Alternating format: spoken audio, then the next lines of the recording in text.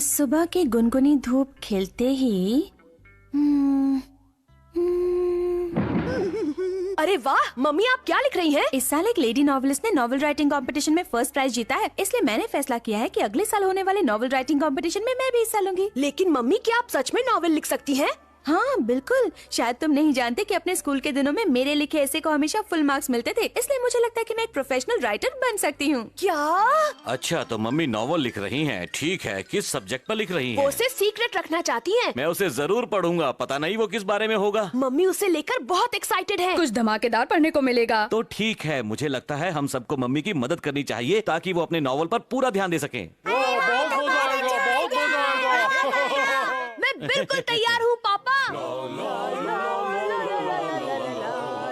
हाँ केनिची के पापा क्या कर कुछ रहे हैं? नहीं, बस ऐसे ही टाइम पास। ऐसे ही टाइम पास मतलब? मेरा मतलब है तुम घर के कामों पर अपना टाइम बर्बाद मत करो। क्योंकि आपका टाइम बहुत कीमती है। और आप खाना बनाने की चिंता छोड़ो और जाकर अपना नॉवेल लिखो। ओह शुक्रिया, तुम सब लोग मेरा कितना ध्यान रखते हो। क्यों नहीं रखेंगे मम्मी, आप एक मशहूर नॉवेलिस्ट जो बनने वाली हैं। शुक्रिया शुक्रिया, मैं 100% कोशिश करूंगी, ठीक है?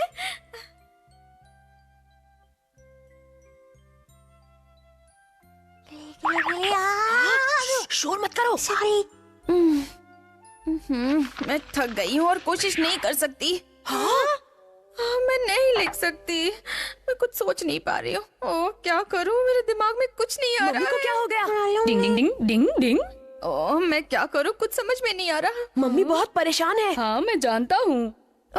क्या लिखूं, किसके बारे में लिखूं? क्या नॉवेल लिखने के लिए कोई निंजा टेक्निक नहीं होती है? लेकिन राइटिंग के लिए ऐसी कोई निंजा टेक्निक नहीं होती केनिची। तो क्या तुम मम्मी की मदद नहीं करोगे? कुछ तो करो हथौड़ी। डिंग डिंग।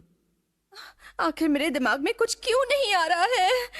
नॉवल लिखने की तो कोई निंजा टेक्निक नहीं होती, लेकिन मैं एक ऐसी टेक्निक जानता हूँ जिससे राइटर के दिमाग में आइडिया डाला जा सकता है। अरे वाह, इससे हमारा काम हो जाएगा। ठीक है, डिंग डिंग। अब हथौड़ी तुम?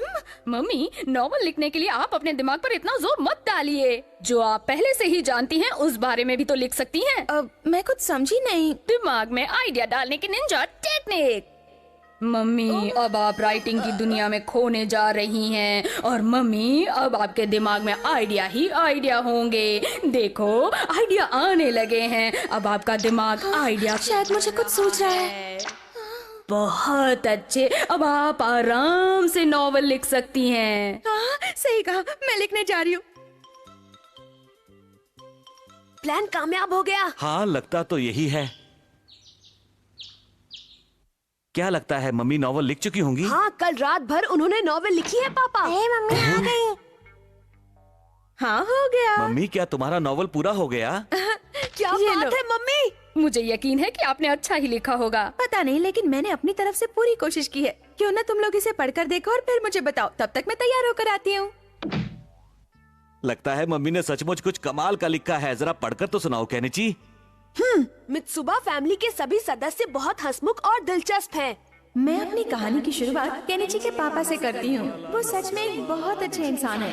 कुछ दिन पहले वो एक पोस्ट बॉक्स से टकरा गए। आपको यकीन नहीं होगा, लेकिन उन्होंने उस टिन के डिब्बे से माफी मांगी। ये तो कुछ ज्यादा ही हो गया। मम्मी को ये सब नहीं लिखना चाहिए था।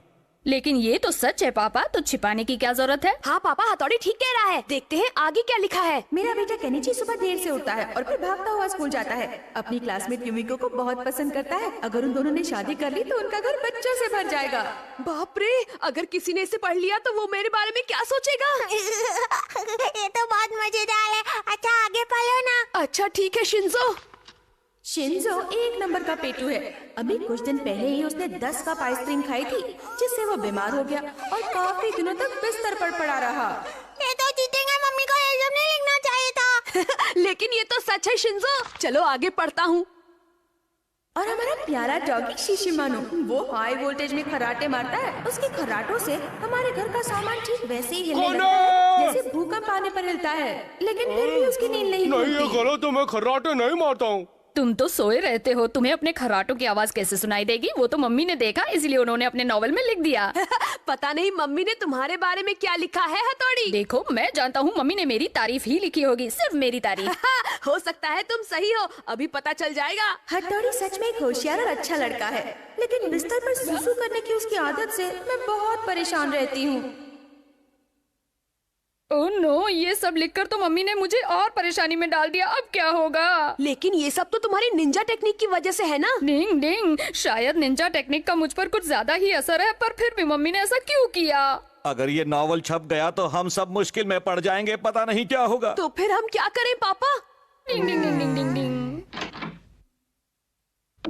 तो कैसी लगी मेरी नॉवल? वो असल में मैंने सोचा था कि क्या सोचा था तुमने? अभी कुछ देर पहले मुझे ऐसा लगा कि नॉवल लिखना मेरे बस की बात नहीं है, इसलिए मैंने फैसला किया है कि मैं उस कंपटीशन में हिस्सा नहीं लूंगी।